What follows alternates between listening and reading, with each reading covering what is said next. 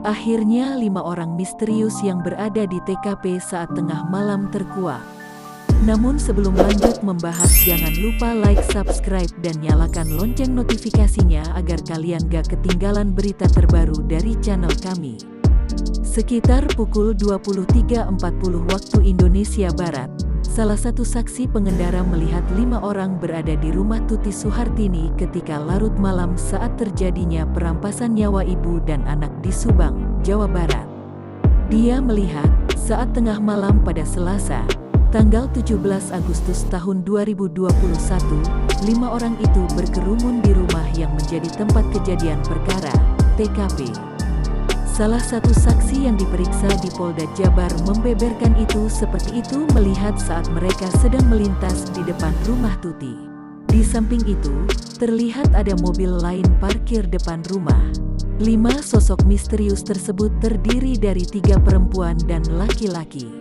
Akan tetapi, hanya sekedar sekejap melihat sambil berkendara, saksi itu tak menjelaskan sosok mereka. Saksi tersebut ikut diperiksa di Polda Jabar pada Kamis, tanggal 25 November tahun 2021 kemarin. 3 saksi lain yang mempunyai kesaksian penting dalam perkara perampasan nyawa ibu dan anak di Subang, selain Yosef, Danu, dan Yoris.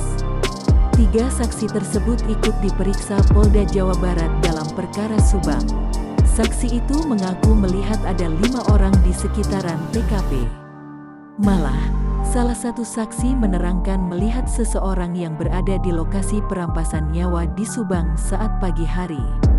Kepala Bidang Hubungan Masyarakat Polda Jabar Komisaris Besar RDA Caniago awalnya menegaskan, sejak tanggal 15 November tahun 2021 perkara Subang ditangani oleh Polda Jabar. Nanti kita akan pelajari lagi oleh Polda Jabar. Apabila sudah mengerucut dan sesuai dengan yang disampaikan atau yang diperiksa oleh Polres Subang, ya mungkin itu akan difokuskan lagi. Jadi kita menunggu saja, tutur RD. Sejumlah saksi terkait perkara perampasan nyawa ibu dan anak di Subang diperiksa di Polda Jabar. Sudah ada 2 atau 3 yang dimintai keterangan di Polda, jadi kita menunggu, tutur RD. Belum jelas siapa sosok ketiga saksi yang dimaksud oleh RD. Akun YouTube Misteri Mbak Suci mengunggah video keterangan dari 3 orang tersebut. Ketiga pria ini berterus terang serta turut diperiksa dalam perkara Subang. Saksi pertama yang wajahnya disamarkan dan tak disebut identitasnya, mengaku ia ditanya oleh penyidik mengenai apa yang dilihat ketika melintas rumah Tuti. Ia mengaku melintas ketika perjalanan pulang menuju daerah Kasomalang. Posisi Alphard di luar menghadap ke garasi, posisi mobilnya mati. Iya, banyak orang, ucapnya. Sementara itu saksi kedua menjelaskan bahwa ia melihat seseorang saat pagi hari, pada Rabu, tanggal 18 Agustus tahun 2021. Saya cuman lihat seseorang di situ pagi, terus pulang masih ada orang itu, ucapnya. Pria itu menjelaskan bahwa ia juga melihat seseorang di sekitaran TKP sekitar pukul 7 waktu Indonesia Barat. Di tempat kejadian, sekitar jam 6 jam 7 lah, tuturnya.